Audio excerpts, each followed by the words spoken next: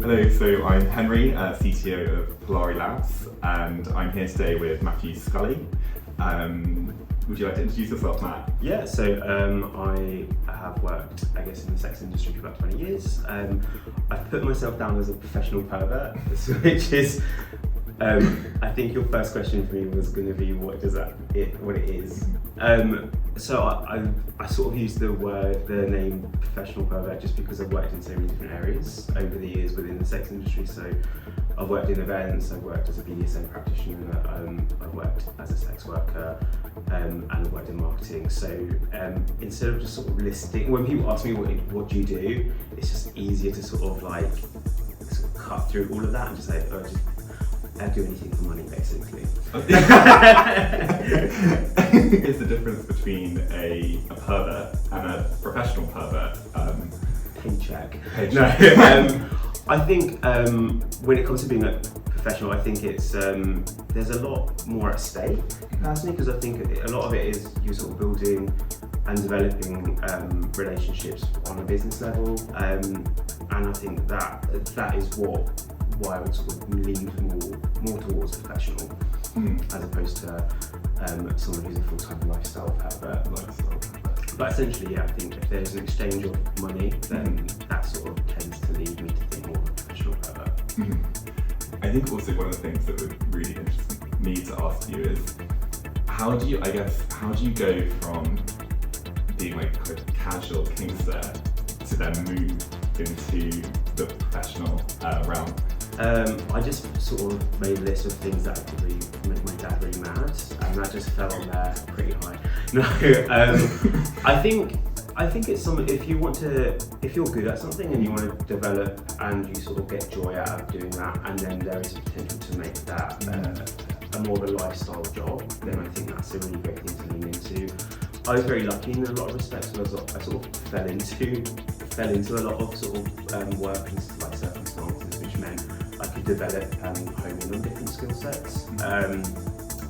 So yeah, I think if some people sort of set out and very much like, I want to do this, and sort of use that as a career path, and some people sort of fall into it from various aspects. So there's a lot of crossover with any types of sex work with any other sort of industry. If you're a customer facing, sales rep, then there's a good chance there's going to be a good crossover in terms of what you do as a sex worker. What would you say is the most challenging part of the job you're doing now? Challenging. I think it's maybe a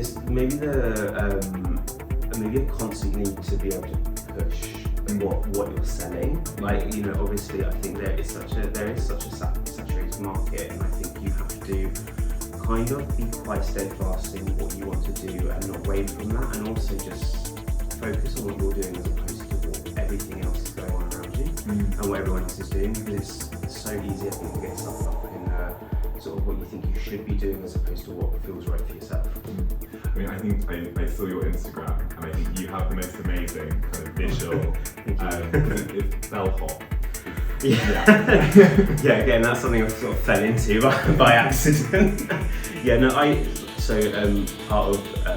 Part of my repertoire, I guess, is performing, and I like the idea of combining the idea of service and performance work, and I was like, actually, I find the idea of hotels incredibly sexy. The fact that there is a sort of almost like a titillation installation associated with hotel room, I think just lends itself really well to the idea of a character kind of who sees all of that and is quite discreet in sort of not telling that. And I think that leans very heavily into how I view, I guess, sex work and working within the fetish industry.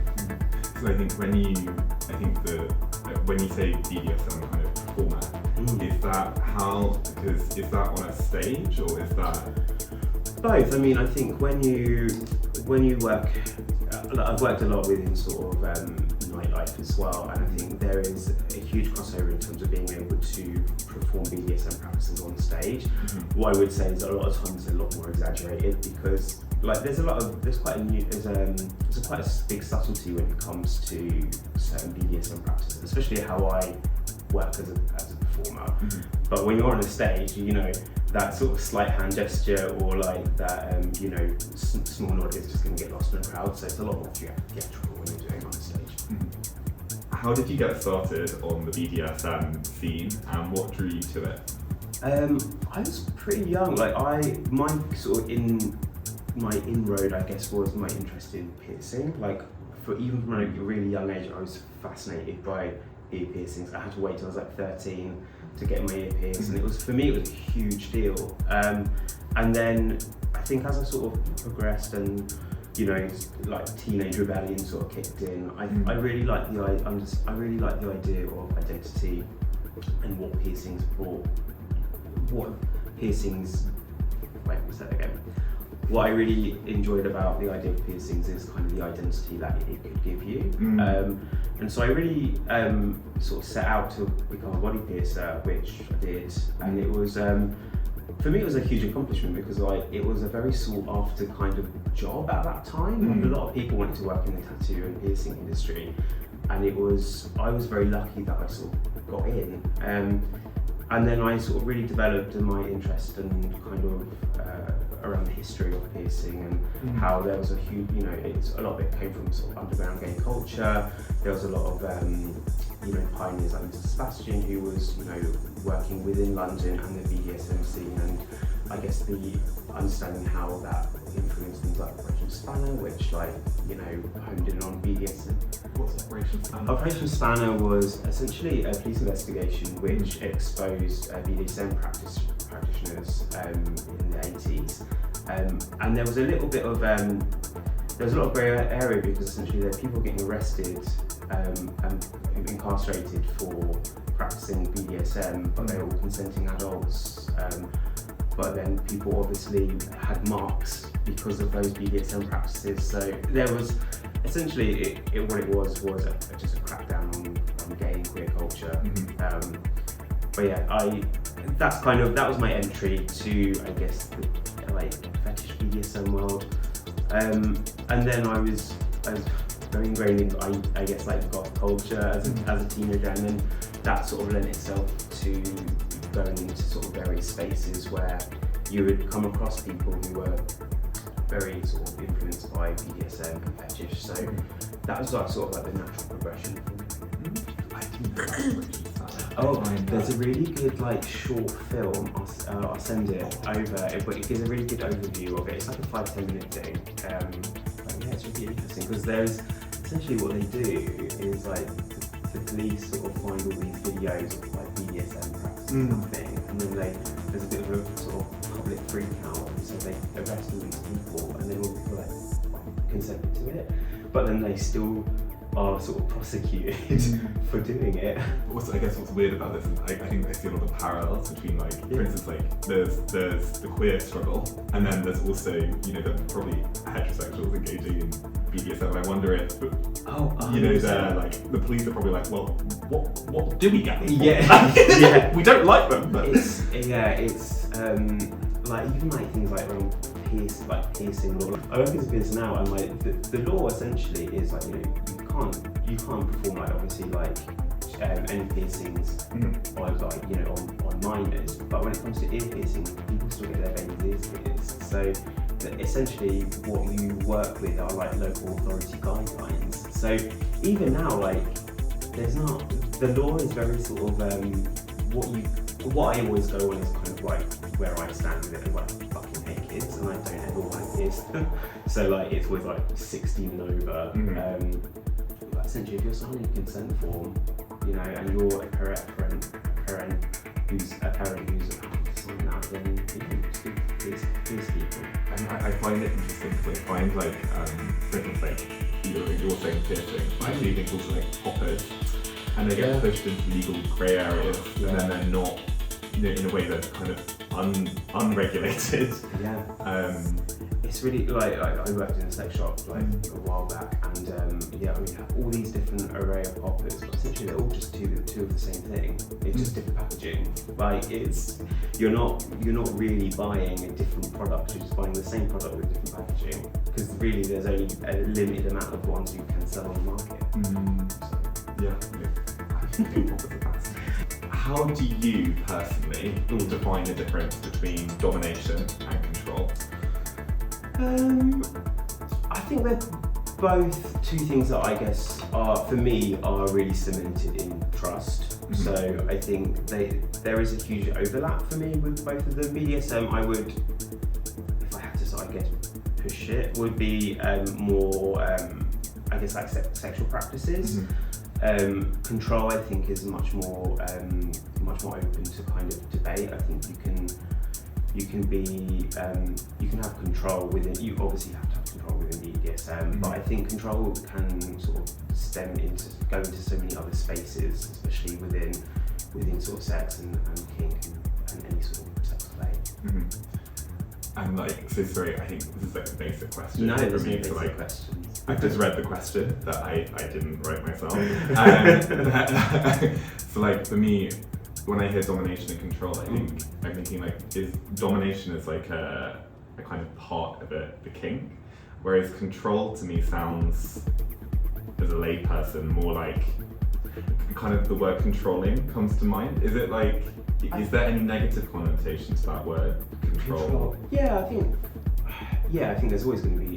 You can always put a negative connotation on any words, I think. But with control, I think it's about, for me as a dominant, knowing that I'm in control of myself and my partner's safety. I'm also in control of the surroundings and sort of the limits. I think that is where I think control has a hugely positive connotation. I think if you go down to the point where you're controlling someone's every aspect of their sexual practices, that's not always, it always has to be a bit of a two-way street. And I think that's when it can fall into negative. So you're kind of saying it's maybe more control during the play session, but it's not like controlling their life. Yeah, I mean, some people do. Some people love having a lifestyle dog. That's not something I don't have the time or the energy or the patience to do that to anyone, even myself. So yeah, I do think people enjoy the idea of letting go and having someone else in the driver's seat, which is like a huge sort of craving for people who are more in a submissive role. And I think people enjoy taking that wheel and sort of being in that sort of driving seat when it comes to sort of controlling people's experiences. How do you find the balance between being dominant and also ensuring consent and care for your partner? I think for me it's about, first of all, having a lot of self-care for myself. Like we spoke earlier about, just how life sort of gets so busy. I have to make sure I have time for myself, because like for me, like going into dom sessions, like it takes a lot out of you. Like it is a very draining space to be in, and some more than others. Like for me, I'm very aware that it can take a lot out of me. So for me, it's about having that sort of self-care first, and then when I have got that, I'm able to sort of be much more in control of how to sort of steer a session so that submissive or that client gets the most out of it, and the best out of me as well. Yeah, I mean, I can imagine it takes a lot out of you to be like, I don't know how many times, like in a day, like how do you do like one session a day, or is it like? It varies. It depends on the intensity of the session, because like essentially you're in control of that person's well-being, but you're also in charge of someone's experience and someone who maybe wants to push into territory they've not been in before. So it's like, I've always been very aware it's quite a huge responsibility to take on, and like there's also, I think there's a huge psychological aspect to it. I think you have to be good with people, you have to have a slight nurturing nature to you, and you have to be aware of the impact that you can actually have on people. So I think that in itself is for me, it's quite a heavy thing to carry, and I have to make sure that actually I'm doing that. Yeah, I mean, like, I think it's the environment where you must have to have like the most interpersonal skills, but yeah, for sure. I would say, like, people like, sex work is like kind of like nursing, like you're kind of like a psychologist, a teacher, you know, counsellor. You end up being all these other things that, you know, that is part of the package deal. You know, and it's not just necessarily that session. You have to do all that pre-planning as well to ensure that you're both on the same wavelength. You both know what's going to be happening, and then post session, what that aftercare looks like as well. The best way to kind of describe this is like we just discussed piercing. If you come to get your ear pierced, I'm going to explain to you what I'm going to be doing to your ear.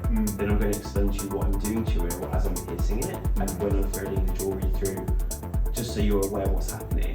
And then afterwards, I'm going to explain how you're going to look after that earring, how you're going to clean it, how you're going to cover it, how you're going to come in and how you can check in with me afterwards to make sure it's healing up okay. And I kind of have always viewed the same. I've always approached session work and BDSM play kind of the same way. It's like it's almost like a 3-step.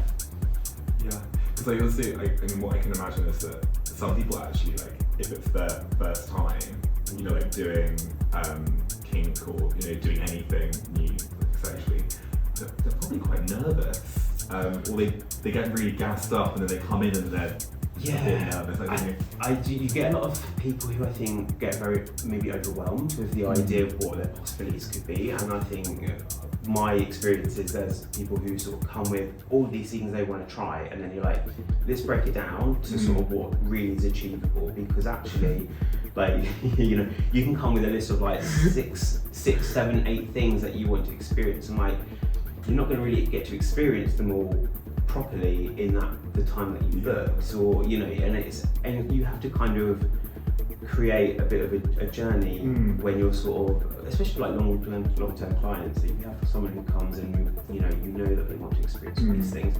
I think it's good to sort of have a build-up so you kind of know where you can progress onto. If you go in hard and fast and give them sort of an experience that's too overwhelming, are they going to want to go and experience that again, or are they going to want to seek that out elsewhere and maybe have a different experience? Or so, you know, I guess I'm quite conscious of just making sure that it's there is a consistency in upping the game. So I mean, I think the thing I've realised, because I mean, I'm just, you know, like very vanilla, but like been to a couple of sex parties, nothing like crazy. I've seen it. You have? Yeah. Oh my god. That was me. Stop it. You're welcome. No, but I think the thing I've realised is like, particularly like the kink community is actually so responsible. Like what I've learned from going to parties is like everyone is very polite, friendly, and not too drunk. What parties are you going to? No, there was actually a couple of years ago, Dean Street created I think it was almost like a group for the kink community who were dealing with substance abuses. And what they found was there wasn't a huge uptake because actually the kink community as a whole was pretty good at manoeuvring people within that. So there wasn't a huge amount of uptake because everyone assumed there was a huge issue with like drugs and alcohol within the kink scene. And like, you know, there were probably spaces that are more catered towards that. But in terms of managing and keeping people safe throughout the night, they're kind of the best places to do that. Yeah. So what is the most rewarding part of being a dominant? I think it's kind of maybe the relationships you build with not only clients but I guess like people within the scene as well. I think I've met a lot of really wonderful people, and I think I maybe wouldn't have had access to maybe those types of people if I'd maybe worked in different areas. I mean, also as well, like, I guess the other question I have for you is, you class yourself as a dominant, is that? Yeah, I mean, I switch. So, okay. I'm happy to switch to a sub role. So I think my personal take is I think it's being in a position of a submissive gives you much more clarity and better understanding on how to be a better dominant and vice versa. Like, you know, a bit like being top and bottom. Do you know, like, you know, once you've bottomed once or twice, you know how to be a little bit more of a better top, I think. I Yeah, And vice I versa. think I definitely agree with that. Yeah. I think as well, actually, our next topic is obviously anal douching, because that's all we have to talk What? about. Stop it! But yeah, I think it's interesting when you think of some total sops who have very little idea. Yeah, like there is I've met some like aggressive top olies, and I'm like, the experience like sounds great on paper, but the reality is just like not always what you expect it to be. Yeah, normally bad. Normally really bad. What do you think about anal douching?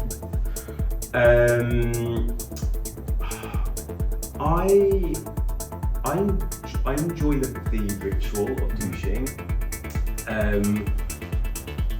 don't enjoy the fact that you have to plan for it. I also I'm quite conscious on how my body works, and I know that I can't sit and douche every single day. So like, when it comes to sex, like I always like to be ready and prepared for anything, but I also know those days when I'm like, this is not gonna happen. So. And so I guess like on the days it's not gonna happen, it's like you don't bang. Yeah. Well, yeah, but maybe just maybe there's just like a no-go zone. Yeah, exactly. Like other kinds of play, like for instance, I think jobs. Yeah, I think engaging in other types of play. I enjoy the ritual of douching, but I'm also very aware of like the implications that come with douching, and like my health is like key and quite important to how I sort of like work and where I work, and it plays a huge factor into types of bookings I will undertake a lot of the time.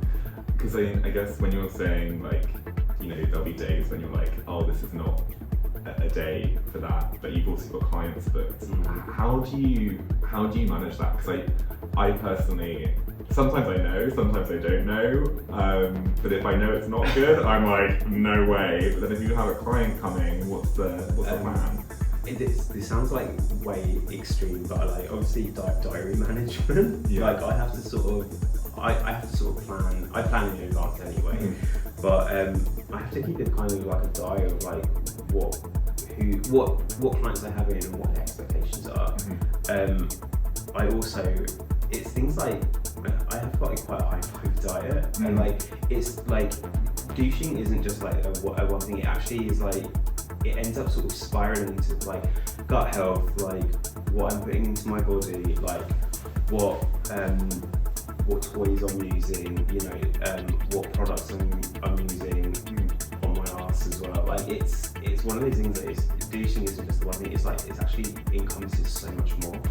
So I think for me, I take my anal prep quite seriously to the point where it's a lifestyle. Like it's I incorporate that into sort of other aspects of how I live. I mean, I think that people don't realise, because people who don't have anal sex have no clue about this massive lifestyle. Right. I think that sort of leads to maybe the taboo of it, because people sort of think, there is a lot of preparation that goes into it, and there's a lot of sort of so many people I just don't think understand their bodies or understand only parts of how their anatomy works. And so I think there is this massive sort of like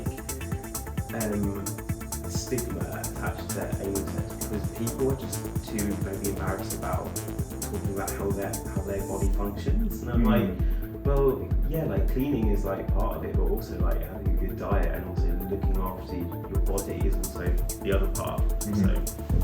And I think as well, like scheduling, it's like, I mean, I schedule, when I used to have a partner, we schedule because I needed to know when like to eat X or like Y. But it is, like, it's a pain. It is frustrating, yeah, and it like, I would say it's time consuming. I've got my douching routine down pretty well, but a lot of practice. Okay, so first question is, what is your pro tip to douching? Warm water, time. Warm water, time, and yeah, the not needing to over douching, and doing a few rounds. Like, you know, it's a marathon, not a race. That's always the best way to. That's the way I would approach it. Wait, do you say you said over-douching? What is over-douching? Over-douching is horrible. It's when you essentially end up spending too much time douching and leaving too much water inside you, and you end up feeling bloated, you end up feeling uncomfortable, and then you also risk that coming out a bit later on. I have a friend who swears by douching and then lying like in the fetal position, like to ensure that everything comes out. And I'm like, I've never gone to that extreme, but that is someone else's practice. I don't know if you've seen this amazing illustration on the internet, like this like big douche illustration, and there's a lot of like, it's like the fetal position, but also like rocking kind of backwards and forwards, and then you do a downwards dog to try and, I guess it's because if you imagine your colon is like this shape, it's like a motion to try and get the water to go round like all the bends to come back out the other end. Yeah, it's like over-douching for me is like, it puts you in a space. I'm like, well, now you're kind of really fucked, because if you decide to go and have sex, you do risk water just coming out, and then that's just a whole other awkward sort of thing, because there's an expectation for every bottom to be completely clean and ready to go, but then there's also this expectation that like there should be no excess water, there should be nothing else that comes out as well. So it's quite a huge sort of pressure to put on the bottom in that situation. Yeah. When you go to a sex club, like, what is people's strategy to anal prep? Is there like a douching station in the dark club, or what's going on? No. No. No. I like the majority of places I have been to and have worked in, there is no douching station. Everyone ideally does that beforehand.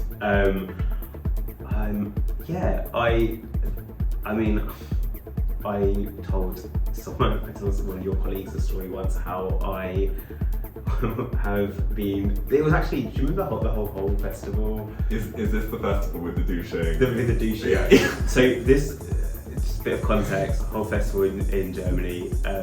They put out a post how they were going to have a douching station. It caused absolute uproar about who should be paying for this.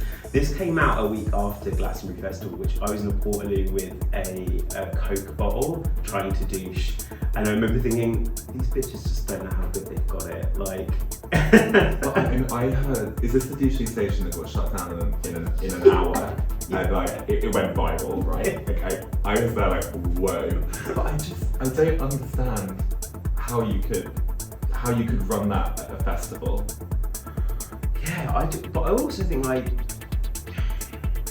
it's about understanding your body. Like there are ways you can sort of prep for any sex without having to douche.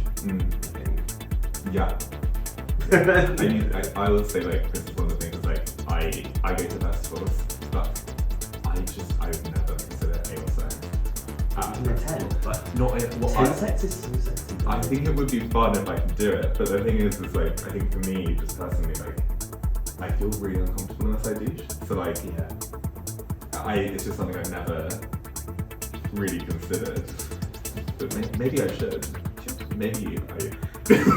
Here's the thing, it's so easy to fall in love at festivals, and then you never see them again. So it's kind of the perfect love affair.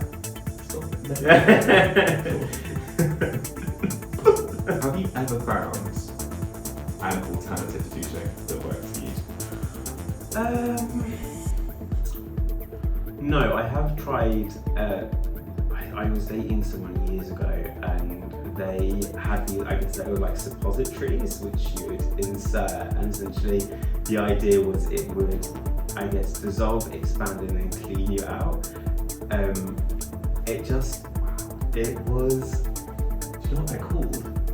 I have no idea. But they were like, what? They were about this big, and they were like little, almost like bullets. I think I tried them twice. I was like, just not for me.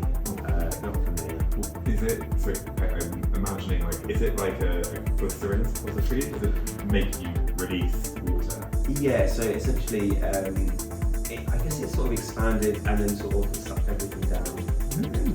Yeah, but to be honest, like you put it up, once you inserted it, it was just kind of like a bit of a waiting game, and you didn't know when if it dissolved properly. It was, again, not for me, but hey, you work as a scientist. Wait, maybe it wasn't meant for that, and I've just put something in my ass that I should not. Again. Is it just one of those, when you're a kid, you get those flannels that are like dried out, and then you put them in the water? No, but if this doesn't work out, flannels are the next best thing. I have another friend who has never douched and has anal sex, and his go-to is just when he has a shower, he just gives it like a once over with his finger and some soap, and it's always just some soap. No soap. Yeah, Soap's not good. We know soap. We've had this conversation with him so many times. Stop at the soap. But no, it's not even soap. It's like men's body wash. So like, imagine getting like Lynx Africa and just giving your ring piece a little rinse out with your finger. That original sauce stuff. That like your balls are like literally like on. With the mint. Yeah, the mint shit, or the orange shit. Like it all does the same. I don't know what's in it, but we used to sell this like it was like a numbing gel for anal sex, and essentially the only way I could ever describe it to somebody was it's like the original mint sauce, original sauce mint body wash on your ass. Because like it felt sort of cold and stingy at the same time. For me, that sounds horrible. I'm sure for other people it would be great. It's a quiet taste. Okay, that also brings me on to another good question, which is like, so we know a lot of gay men in particular, we can see in papers, study with anal pain during sex, and no one really talks about it. It's 59% of people in certain studies. Do you have any tips for how to kind of like prepare for anal sex to make it more comfortable, or get someone else, you know, if you're the top, more comfortable in that situation?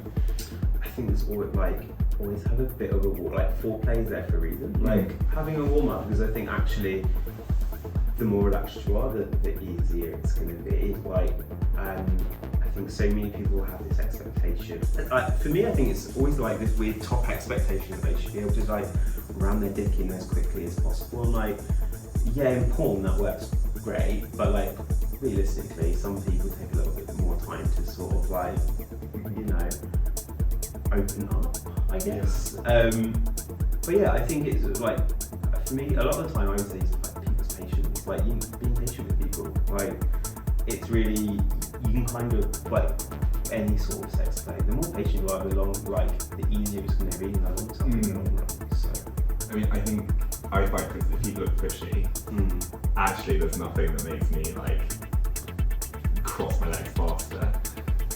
Yeah, I don't know.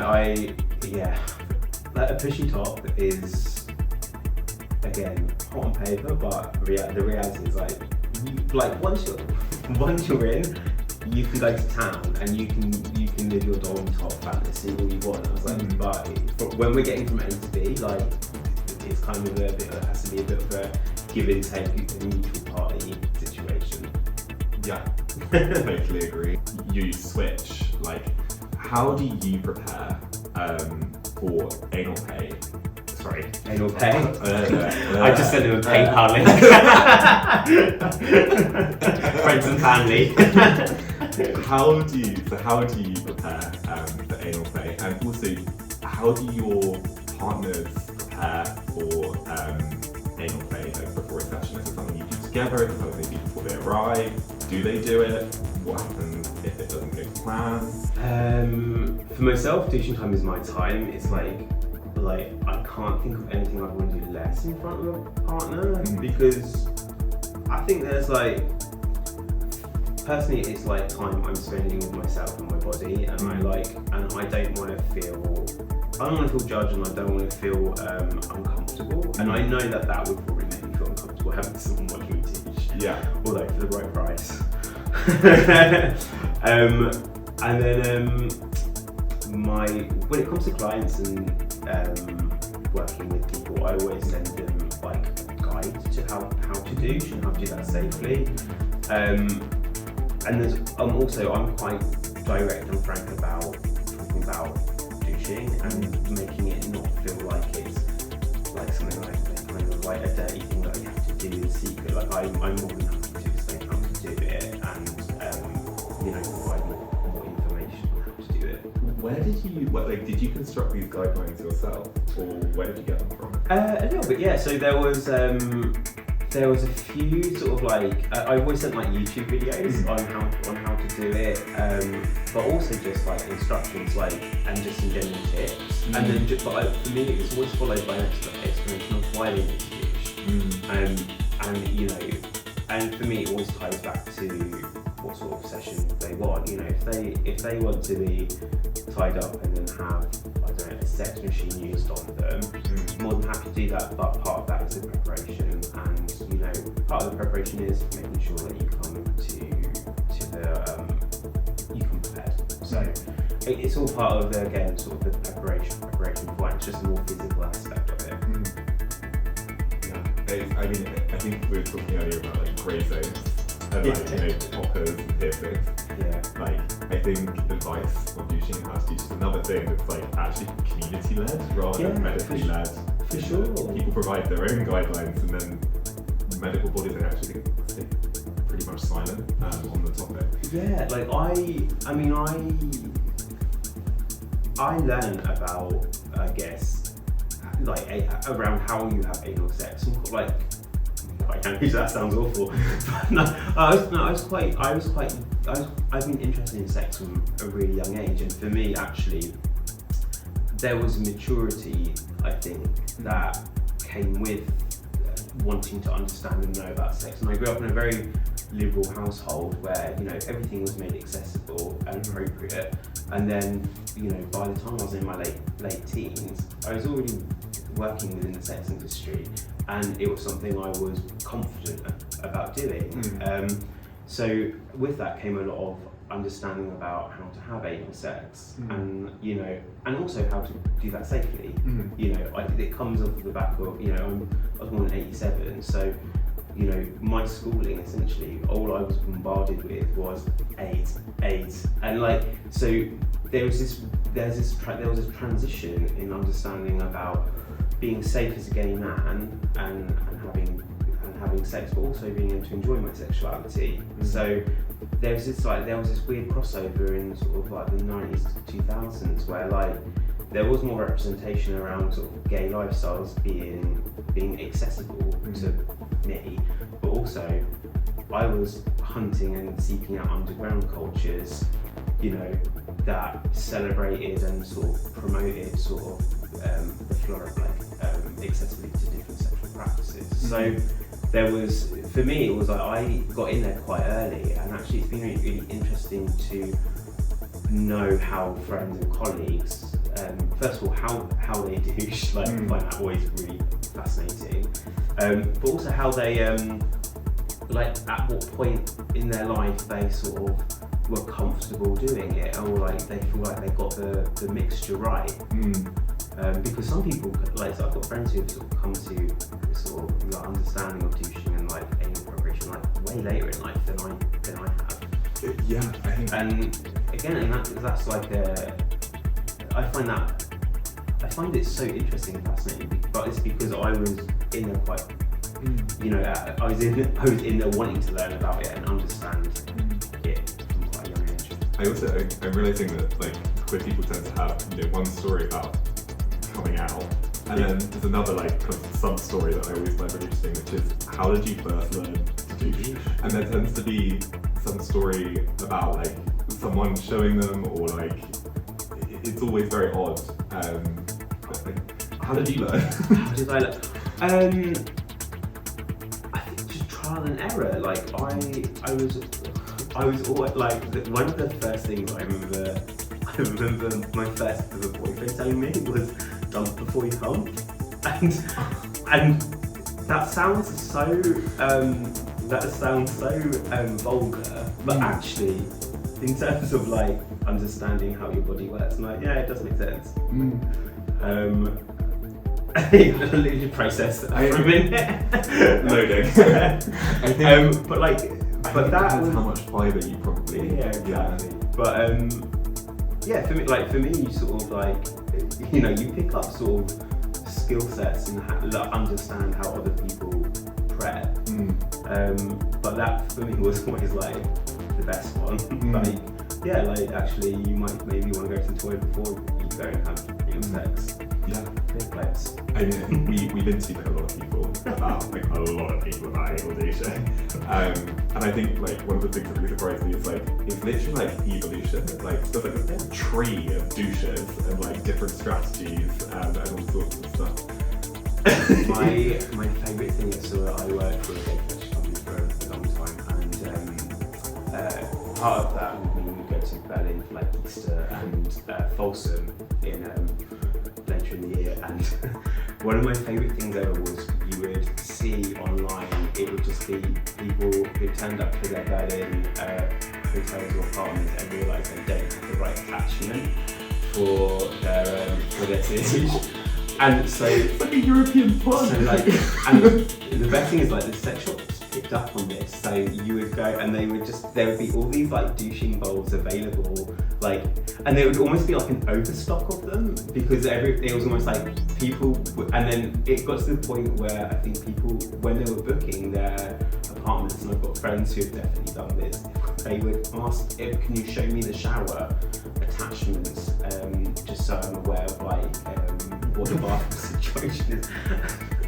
Imagine being in Kreuzberg, some poor old lady who's Airbnb in her flat and she's having to send pictures. Like writing in on the advert, like, you know, douche-friendly shower shot. But yeah. Like, what do you think the misconceptions around anal sex are?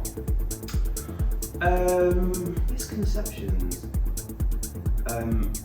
That it's painful and actually it doesn't give you. It's more for the top's benefit than bottom. Like I'm guessing from maybe a straight perspective. Like I think the queer community are quite aware of the pleasure you can get from anal sex. But I think if I was thinking about misconceptions, I would say it's maybe comes from more of a straight perspective where it's like it's painful and actually it's more for the top's pleasure than the bottoms. How do you think that hygiene affects anal play, and what do you think of the word kind of cleanliness in the community? Hygiene in general, I think is paramount to most people's like positive sexual experience. Like I say that as with a bit of a caveat. I was like working in the facing. Some people are disgusting and really relish in being disgusting, which is, or not disgusting, but having the cleanliness being on a different maybe level. Probably a better way of saying it. Yeah, it's for some people that like, is that a kink in itself? Like, I don't know. Yeah, it is. Whole new world. If you need me to send you some websites, I will. My kink is missionary, so that's pretty much all I know about. Can you pull your nightie down when you're finished? Stop it. So back to the question. Yeah, sorry, back to cleanliness. Yeah, like for me personally, I feel much more confident going into a situation where I know that I have prepped and I am good to go and clean. I think you always have to have the mental maturity to understand that sometimes obviously accidents happen, and like you know, I have been very lucky that that hasn't happened for like many years. But like I have been with partners where it happens and it's like actually it's not a huge deal, and I think you just have to factor that in. Like sex isn't this like wonderful sort of like hugely great experience that is mind-blowing. It's like it can be a bit awkward at times, and it can be a bit clunky, and I think actually you need to understand that there is like humour and actually there's fun in that as well. So cleanliness for me is super important, but it's because I know how I want to conduct myself within sex and play. Other people, I think there's maybe just an assumption that they know how to clean, and then if anything happens between that, then it's just you sort of address it, and there isn't a shame attached to that. Yeah. Because I think people aren't always prepared, and people also don't always have the understanding or skill set on how to douche. I think I agree, and I think as well it's also about exactly what you said, like accidents do happen, and not shaming people. If they do, like shit happens. Exactly. This is the product. Basically what it is it's a ball that you insert into your anus. Nice. Your rectum is shaped like a cliff, so the sigmoid colon is actually full of feces, and then the rectum is usually not got feces in it. So the idea is the ball that goes in, it goes up, and what it does is it just stops feces during sex coming down into the rectum, and also it has the potential to push together feces up. After sex, the ball will be ejected, we think by the majority of users, and can be flushed. If it did get stuck, the thing is designed to fall apart in 4 to 6 hours. So you can see this is the ball start compression machine. You can see these things are they're literally like rubber balls, like this. Yeah, this is it at 6 hours. They just turn into this really, really soft jelly.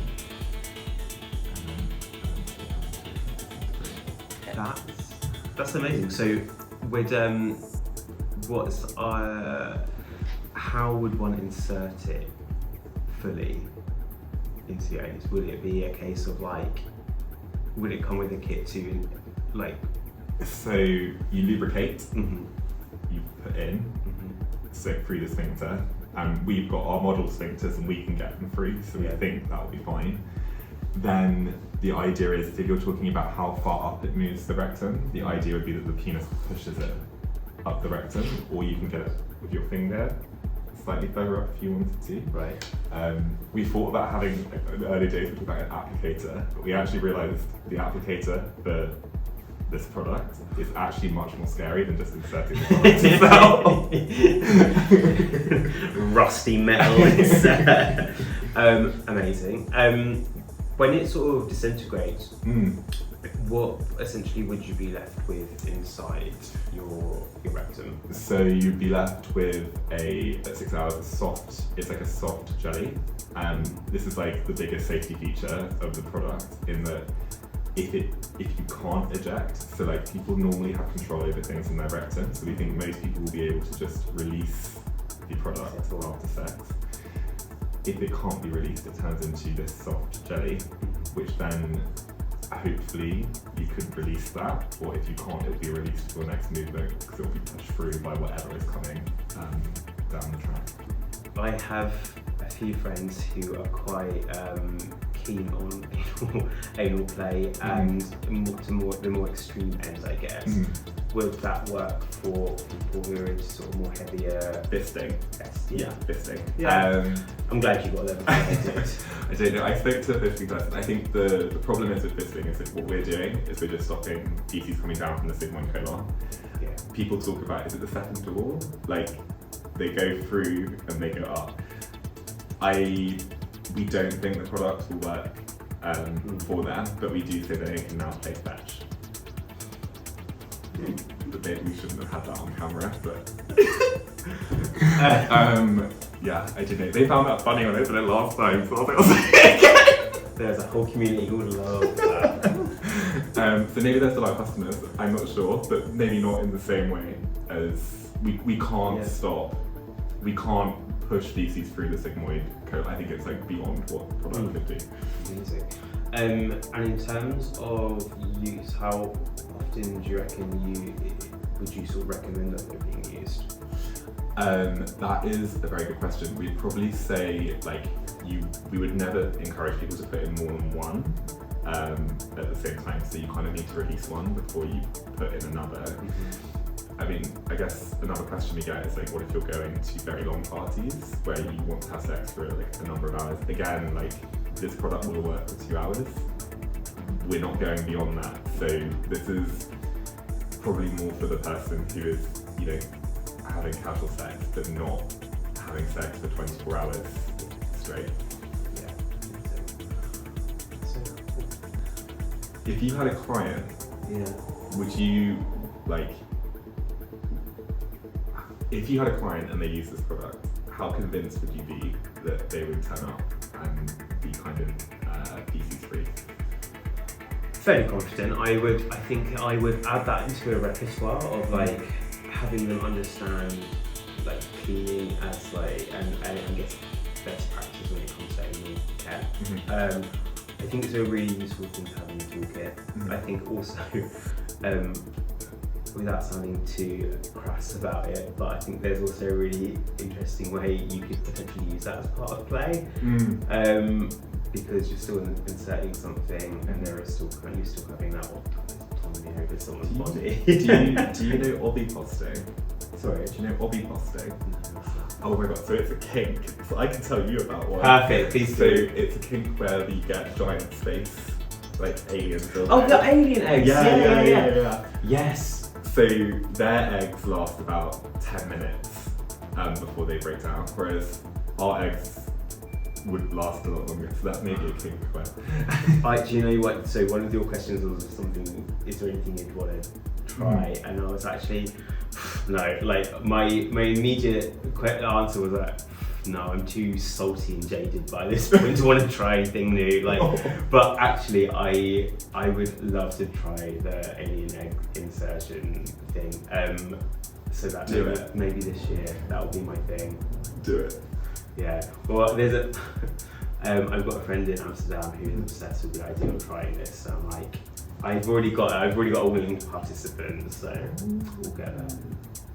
I'm excited for you to live your oviposting dreams.